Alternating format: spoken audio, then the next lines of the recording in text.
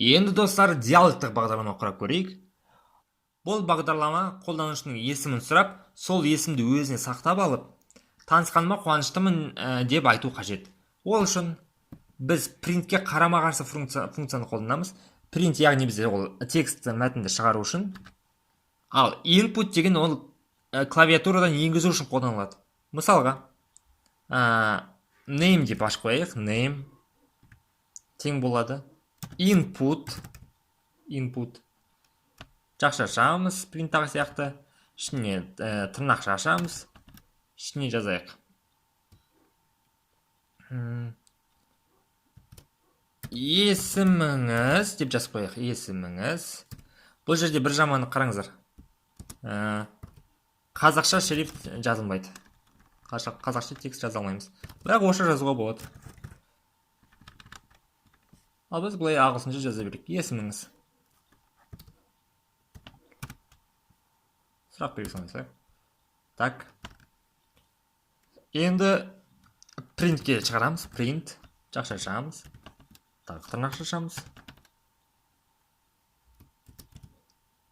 Танысқаныма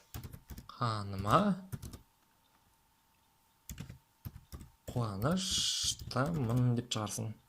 Танысқаныма қуаныштымын дейміз, ол атауын айту керек. Мысалы, name'ға Айбек деп жазсақ, танысқаныма қуаныштымын, Айбек деп айту керек. Name деп қоя салайық. Қосамыз. F5 бастым. Есіміңіз. Есімін жазайын. Дамир. Enter басам. Танысқаныма қуаныштымын, Дамир деп айтты. О, қандай керемет. Енді программамызды одан ары күрделендіре түсейік. Бұл программа біздің туған жылымызды сұрасын. Біз туған жылымызды енгізгеннен соң, біздің жасымызды өзімізге тауып берсін. Яғни мен былай деп жазам. Жыл деген айнымалы ашып қояйын. Жыл тең болады. Мен ол жерге өзімнің туған жылымды сақтаймын. Яғни мен 1997 жылғымын. Бірақ input болса бұл жерде, бұның форматы бізде мәтіндік формат, яғни string бұл. Бірақ оны түрлендіру үшін бағанағындай int амалын қолданамыз. Int жақша ашамыз. Input осының ішінде жазылады. Input жақша, тырнақша, қай жылғысыз деп сұрау керек. Қай жылғысыз. Қай жылғысыз сұрады. Енді print арқылы экранға шығарайық. Print. Ішіне жазамыз. Сіздің жасыңыз. Сіздің жасыңыз. Дейміздағы қос нүкте қойып. Енді мұнда өтір қоямыз. Енді қараңыздар, мына жерде біздің туған жылымыз жазылып тұр. Ал жасы табу үшін не істейміз? Қазіргі жылдан, яғни 2020 жылдан азайтамыз қолданушының жылын, туған жылын. Яғни қараңыздар бұлай. 2020 деймізді минус жыл дей саламыз. Программаны іске қосайық. F5, окей. Есіміңіз Дамир. Танысқаныма қуаныштымын, Дамир. Қай жылғысыз дейді? Мен 1997 жылғымын. Enter басам. Сіздің жасыңыз 23 дейді. Мәссаған, ол тауып берді менің туған жылымды. Керемет. Әрі қарай кеттік достар. Енді сіздерге калькулятор жасап көрсетіп берейін. Мұны өшіре салайық. Сіз өздеріңізде сақтап қойсаңыздар болады бір жерге. Ол үшін файл дейсіздағы save as деген батырманы бассаңыздар, дағы жаңа файл ретінде сақтауға болады. Ал мен өшіре салайын. Енді қолданушыдан біз екі сан сұраймыз. Бірінші санды енгізіңіз, екінші санды енгізіңіз дейміз дағы. Екен қосындысын, көбейтіндісін экранға шығарып көрейік. Қарапайым калькулятор ретінде. Ол үшін сан 1 деп ашып қойын. Сан 1 тең болады. Санға айналдыру үшін қалай бізде? Санға айналдыру үшін int деп жазамыз. Int бүтін сан. Input тағы да. Бірінші санды енгіз деп қояйық. Енгіз. Ол енгізді. Бірінші санды сан 2-ге жазып қояйық. Сан 2 тең болады int input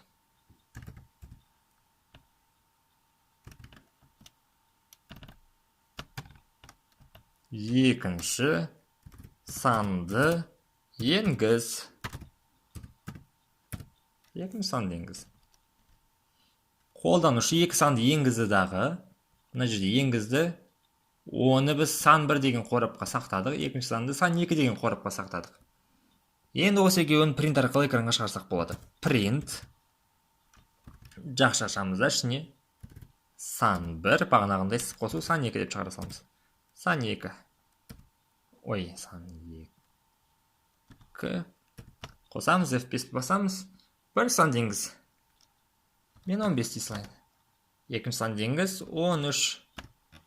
28. Екенің қосынысын тауып берді. Мына жерге пробел қоя салайық. Әдемі болсын.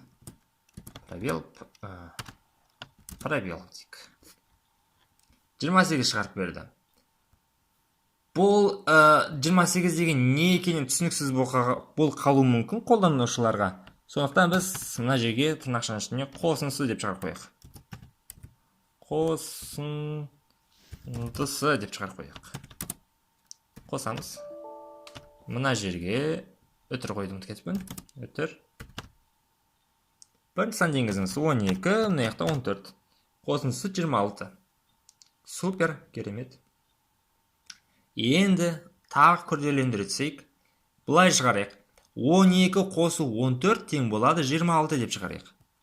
Сіздерге түсінікті болсын, мына жерге жазып қояйын. 12 қосу бұлай шығару керек бізге. Қазір бүйтіп қояйын. 12 қосу 14 тең болады 26 деп шығару керек бізге. 12 дегеніміз ол қай жерде тұр бізде? Ол бізде сан 1-де тұр. Яғни мына жерге принтқа бірінші сан 1 деп жазамыз. Сан 1 өтір мына жағат қоямыз. Екінші бізде не тұр? Қосу амалы тұр.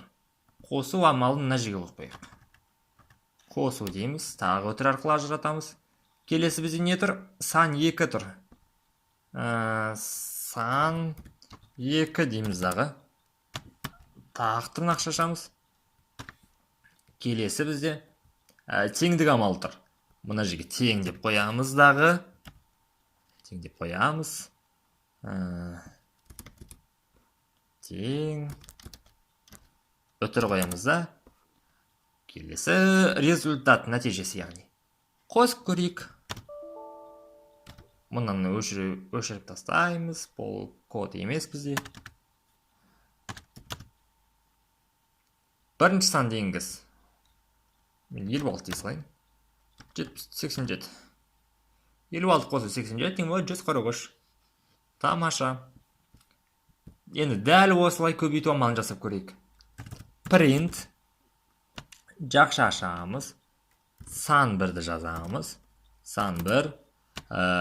Тырнақшаның ішіне көбейту амалын қоямыз. Сан 2 жазамыз. Сан 2. Қайдан тырнақша, тура солай теңдік амалы. Өтір. Сан 1. Результаты кезінде қосудың орнына көбейту қойыламыз. Сан 2. Жібереміз. Бірінші сан деңіз 7, мұнда 2. 7-2-ні қоссақ 9, 2-ні көбейтсек 14. Шықты. Енді құрметті достар, сіздерге үй тапсырмасы алғашқы мұқият тыңдаймыз. Қосу мен көбейтудікін жасадық. Сіздер енді азайту мен бөлу амалын жасау керексіздер. Жазып, естеріңізді сақтап қойыңыздар. Бұл бірінші үй тапсырмасы. Әрі қарай кеттік. Мынаны өшіре салайын, сіздер сақтап алыңыздар. Қолданушы сан енгізсін, біз сол санды керісінше аударып шығарып берейік экранға. Мысалға, нам деп айнымалы аша салайын. Оған 654 деген мән беріп қойын. Енді біздің мақсатымыз мына 3 цифраны керісінше төңкеріп, мысал қараңыздар, бұлай шығарып беру керек біз ол экранға. 456 деп шығарып беру керек біз, керісінше төңкеріп. Ол үшін бізге тағы да 3 айнымалы ашу керек біз. N1 деп ашып қояйық. N1-ге бірінші сан сақтаймыз. Яғни бұл жерде бағанағы бүтіндей бөлу амалын қолданамыз. Ол үшін бірінші сан табу үшін бізге бұл санды 100-ге бөлуіміз қажет. Мысалы қараңыздар, нам бүтіндей бөлу үшін бағанағы қайда бізде бүтіндей бөлуіміз? Міне 10 бөлу 3 деп қойсақ, ол бүтіндей бөліп береді, бізге бүтін бөлігін ғана шығарады. Егер біз қазір 654-ті 100-ге бүтіндей бөлетін болсақ, ол бізге тек 6-ны ғана шығарып береді. Сондықтан намға бөлу деп екі амалын қоямыз, екі рет. Неге бөлеміз? 100-ге бөлеміз. Бұл жерде ол 6-ны тауып алдық. Нам 1-де қазір 6 жазылды, n1-ге. Ендігі мақсатымыз 5-ті тауып болу керекпіз. n2-де болған жаңа бөлік айырмалы ашып қояйық. Бұл жерге тағы да намды бөлеміз. Енді қараңыздар, 65 табу керек бізге бірінші. Бүтіндей бөлеміз 10-ға. 65 таптық, енді 5-ті табу үшін қалдығын 10-ға бөлгендегі қалдығын табуымыз керек. Кішкене қиындау болады енді, бірақ уақыт өте келе түсініп аласыздар. Намды 10-ға бүтіндей бөлдік, 65 болды. Тағы да қалдығын таптық 10-ға бөлгендегі, яғни 5 тауып алдық. Үшінші n3 тең болады. Нам пайыз соңғы цифрасын табу үшін жай ғана 10-ға бөлгендегі қалдығын тауып алсақ жеткілікті. Мынаны өшіре салайын. Енді бұлай жазу үшін бірінші n3, n2, n1 деп принтқа жаза салсам жеткілікті. Жазамыз print n3 үтір n2 үтір n1 қосамыз. 456 деп шығарып берді. Керемет. Енді бұл осы цифраны қолданушы өзі енгізсін. Ол үшін бағанағыдай int деп жазамыз. Int ішіне input жақша тырнақша сан енгіз де салайық бір. Енгіз. Түсінікті болсын, 3 орынды сан енгіз де қойық. 3 орынды сан енгіз.